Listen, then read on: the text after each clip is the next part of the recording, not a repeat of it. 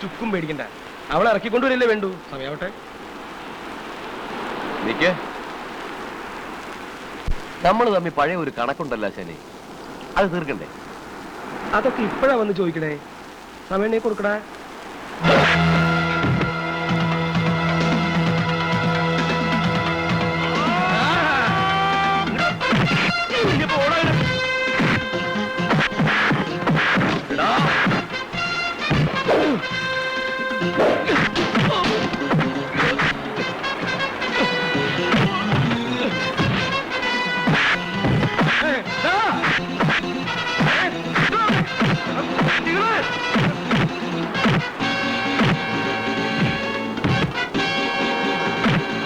ബാലരാമേട്ടാ, നിങ്ങളുടെ അനിയന്മാരെ കടപ്പുറത്തിട്ട് പട്ടിയെ തരണോന്ന് തരണു. വേഗം ചെന്നിലെ അവന്മാരെ കൊന്ന് കടലിലെറിയും.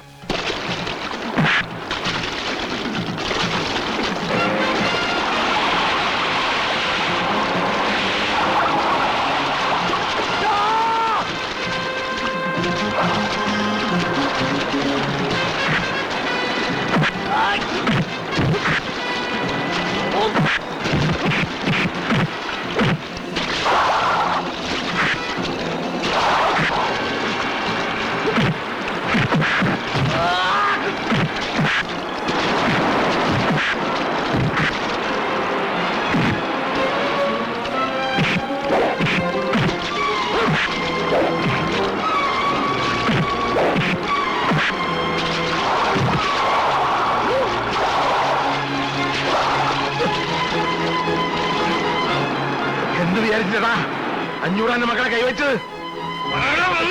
അയ്യോ, എന്നെ കൊല്ലല്ലേ, ഞാൻ പറയാം. ആരും പറയില്ല, അച്ഛമ്മ പറഞ്ഞിട്ട.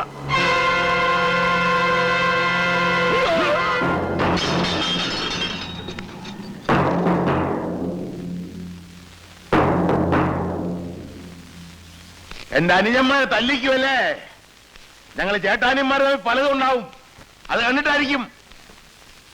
ഇനി എന്റെ അനുജന്മാരുടെ ദേഹത്തെങ്ങാനും ഒരു തരി മണ്ണ് നുള്ളിട്ടാണുണ്ടല്ലോ തള്ളേ, ഈ നിൽക്കുന്നവന്മാരുടെ കാര്യത്തിന് മുകളിൽ തലയുണ്ടാവില്ല.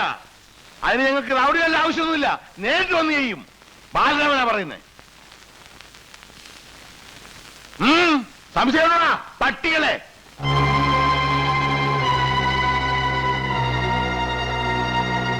നിക്കണവിടെ. നീ എന്താ പറഞ്ഞത്? നിന്റെ അനുജന്റെ മേലും മണ്ണ് നുള്ളിയിട്ട എന്റെ മക്കളുടെ കഴുത്തിൽ തല കാണില്ലെന്ന്. എന്നാ അവന്റെ മേലും മണ്ണല്ലടാ, മാല വീഴാൻ പോണത്, പൂമാല. എടാ, അവൻ എന്തിനാ നടക്കണെന്നറിയാമോ? അച്ഛനോട് വഴക്കിട്ട് വീട് വിട്ടത് എന്തിനാണെന്നറിയാമോ? എന്റെ പേരക്കുട്ടിയെ കല്യാണം കഴിക്കാൻ. ഇപ്പൊ നീ വന്നിങ്ങനെ പറഞ്ഞ സ്ഥിതിക്ക് ഇനി എനിക്ക് ഒന്നും നോക്കാനില്ലടാ. അവനെ കൊണ്ട് എന്റെ കുട്ടിയുടെ കഴുത്തിൽ ഞാൻ താലി കെട്ടിക്കും.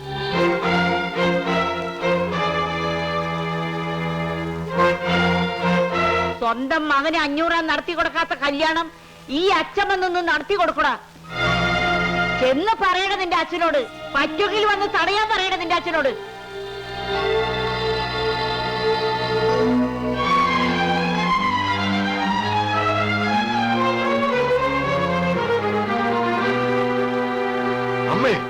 അമ്മ എന്ത് ഭ്രാന്തായി പറഞ്ഞത്? ആരോട് ചോദിച്ചിട്ടാ ആ തെണ്ടിക്ക് എന്റെ മോളെ പിടിച്ചു കൊടുക്കാൻ അമ്മ തീരുമാനിച്ചത്? അങ്ങനെ അമ്മ മാത്രം എല്ലാം തീരുമാനിച്ചാൽ മതി, പിന്നെ ഇവിടെ ഞങ്ങളൊക്കെ എന്തിനാ? എടാ, ഞാനിത് നടത്താൻ വേണ്ടിട്ട് പറഞ്ഞതാണെന്നാ നിന്റെയൊക്കെ വിചാരം? നമ്മുടെ കുട്ടിയുടെ കല്യാണം നമ്മൾ നിശ്ചയിച്ച പോലെ തന്നെ നടത്തും. എങ്കിൽ പിന്നെ അവരോട് എന്തിനാ അങ്ങനെയൊക്കെ പറഞ്ഞു വിട്ടത്? അതാടാ ഈ അച്ഛമ്മ. ഞാനിപ്പോ ഇങ്ങനെ പറഞ്ഞില്ലായിരുന്നെങ്കിൽ നമ്മൾ ഇത്രയും കഷ്ടപ്പെട്ടതൊക്കെ വെറുതെ ആയിരുന്നേനെ. ഇനി നിങ്ങൾ നോക്കിക്കോ, ഇവൻ പോയി അവന്റെ കഥ കഴിച്ചോളൂ.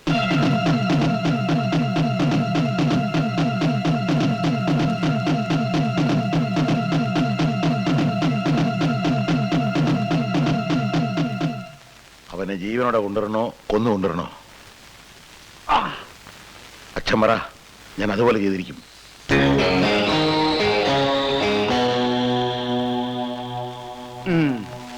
അങ്ങനെ പട മേടിച്ച് പന്തളത്തിൽ നിന്നപ്പോ അവിടെ ഒരു പ്രശ്നമില്ല. അത് നിന്റെ ലക്ക്.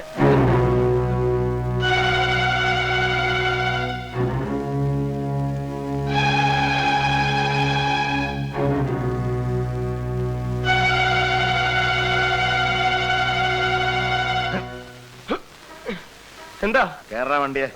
എന്തിന്? ആദ്യം വണ്ടി കേറാ. വിളിച്ചേ, ഇവനെ ഞാൻ വീട്ടിലേക്ക് കൊണ്ടുപോയെന്ന് പറഞ്ഞത്. വീട്ടിലേക്കൊന്നും ഞാനില്ല. പിന്നെ എങ്ങോട്ടും ഇല്ല. വീട്ടിൽ നിങ്ങളെ തല്ലി ഇറക്കില്ല. പിന്നെന്തിനാ? ഞാനാ പറഞ്ഞത് വണ്ടിയെ കയറാൻ. ഇനി വലിയേട്ടനല്ല, അച്ഛൻ വന്ന് വിളിച്ചാലും ഞാൻ വരില്ല.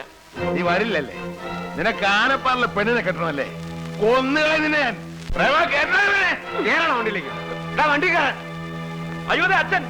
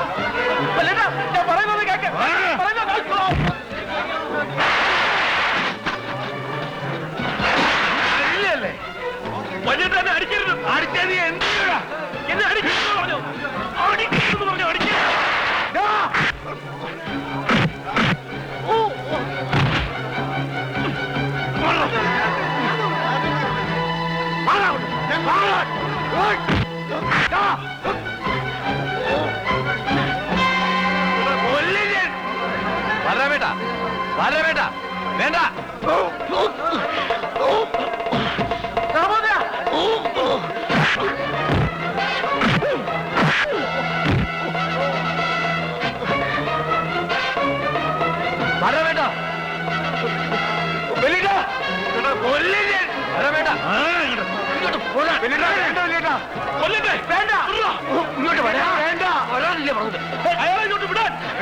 എന്താ പറഞ്ഞത്? അനിയനല്ലേ? എനിക്കിങ്ങനെ അനിയനില്ല. 500 കുടുംബത്തിൽ ഇങ്ങനെ ഇല്ല. എന്നെ കൊല്ലട്ടെ. വേണ്ട, അവരെ വിട്ടേക്ക്. വലിയ 500 പോലും. 500 ഇപ്പൊ എവിടെ പോയി 500 അഭിമാനം?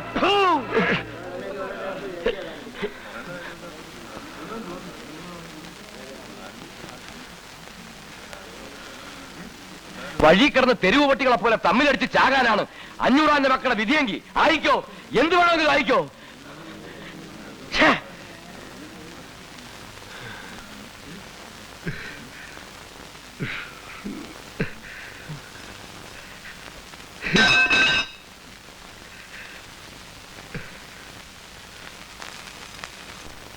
ഇനി എന്റെ മക്കൾ ചെയ്യേണ്ടത് എന്താണെന്ന് അറിയാമോ? നിങ്ങൾ അയാളടുത്തേക്ക് പോകണം. എന്നിട്ട് ഈ കല്യാണം നടത്താൻ അയാളോട് തന്നെ സഹായം ചോദിക്കണം. അന്ന് നമ്മുടെ കുട്ടിയുടെ കല്യാണം നടക്കാണ്ടാക്കിയത് അയാളല്ലേ? ഇന്ന് അവളുടെ കല്യാണം നടക്കുമ്പോ അയാൾ വരണം. പട്ടിയെ പോലെ വന്ന് കാവല് നിൽക്കണം. അയാൾ വലിയ 500 മിക്കത്ത് എന്ന് കൈനീട്ടിയാൽ ചങ്കും പറിച്ചു കൊടുക്കുന്ന 500. ചെല്ലേ, ചെന്ന് ചോദിക്കേ.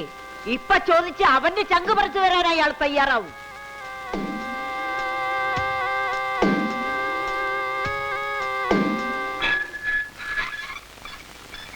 നിക്കണവിടെ. ആരുടെ ചോദിച്ചാൽ പഠിക്കാത്ത കയറിയേ? ബാലരാമ, ഞങ്ങൾ വഴക്കുണ്ടാക്കാൻ വന്നതല്ല. പിന്നെ സംബന്ധം ആലോചിക്കാൻ വന്നായിരിക്കും. സഹായം ചോദിച്ചു വരുന്നവരെ 500 ആട്ടി പുറത്താക്കൂലെന്നാ കേട്ടിട്ടുള്ളത്. സഹായം വേണ്ട, അതെങ്കിലും കൂടി ഏറ്റുവിടെ.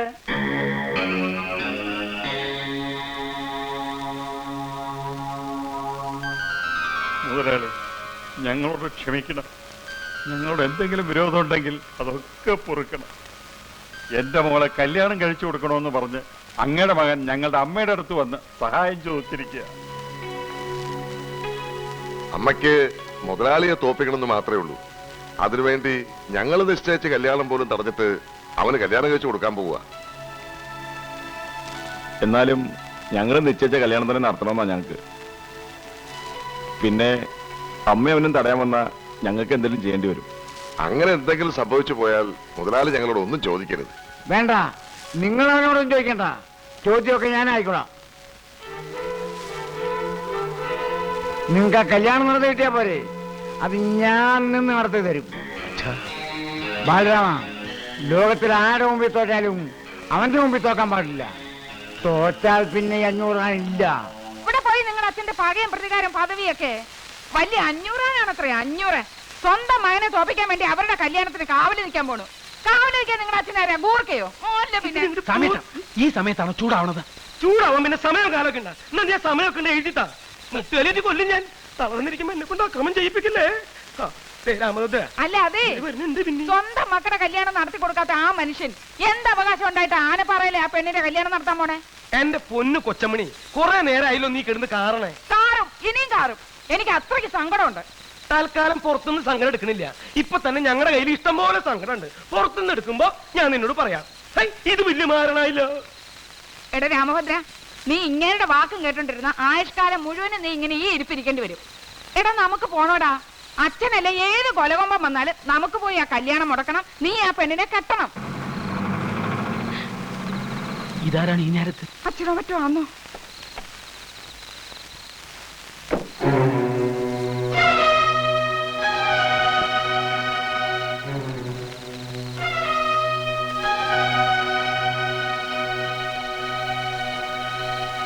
നിന്റെ അച്ഛനും എന്റെ മക്കളും കൂടി ഇപ്പോ ഒന്നായിരിക്കുകയാണ്. ഇനി അവരെ തോൽപ്പിക്കണമെന്നോ നിന്റെ അച്ഛനെ തോൽപ്പിക്കണമെന്നോ എനിക്കില്ല. എനിക്കെന്റെ കുട്ടിയുടെ ജീവിതമാണ് വലുത്. അവൾക്ക് വേണ്ടി നിന്റെ കാല് ഞാൻ പിടിക്കുകയാണ്. നീ അവളുടെ കഴുത്തിൽ താലി കെട്ടാൻ വരും എന്നുള്ള ഉറപ്പിലാണ് ഞാൻ അവളെ ആ കല്യാണ പന്തലിലേക്ക് അയക്കണം. നീ അവളെ ചതിക്കരുത്.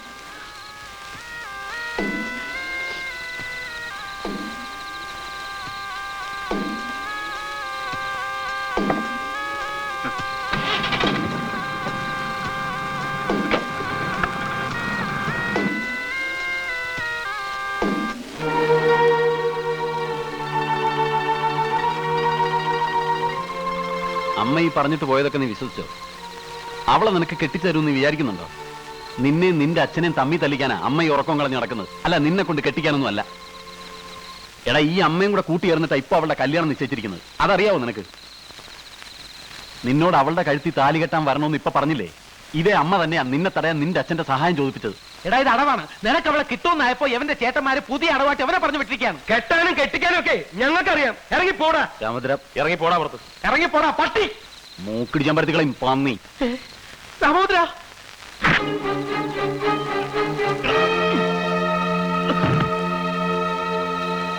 എടാ, നിന്നോട് എനിക്ക് സ്നേഹം ഉണ്ടായിട്ടോ നിനക്ക് എന്തെങ്കിലും പറ്റി വിഷമം ഉണ്ടായിട്ടൊന്നും അല്ല ഞാനിവിടെ വന്ന് ഇതൊക്കെ പറഞ്ഞത്. നിന്നെ കുറിച്ച് ഓർത്ത് വിഷമിക്കുന്ന ഒരു പെണ്ണെന്റെ വീട്ടിലുണ്ട്. അവള് പറഞ്ഞിട്ടാ നിങ്ങൾ അച്ഛനും മക്കളും വെട്ടിച്ചാരുമെന്ന് പറയാൻ. പിന്നെ അവള് ജീവിച്ചിരിക്കില്ലാന്ന് പറയാൻ.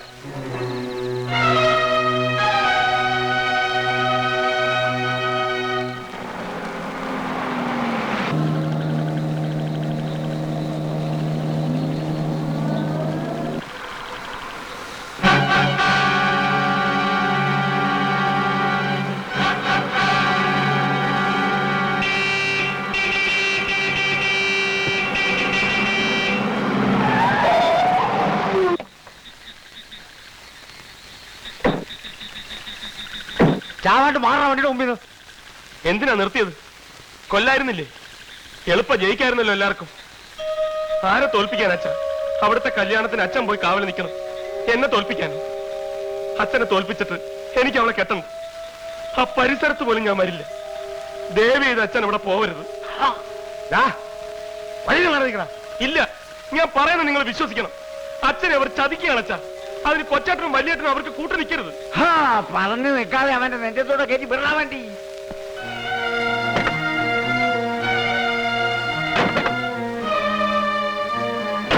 ഞാൻ പറയുന്നൊന്ന് കേൾക്ക്. ഞാൻ വരില്ല എന്ന് പറഞ്ഞാൽ വരില്ല. നിങ്ങളും അവിടെ വരരുത്. ആ കല്യാണം നടത്തരുത്. അച്ഛൻ തോൽക്കരുത്. എനിക്ക് എന്റെ അച്ഛനാ വലുത്.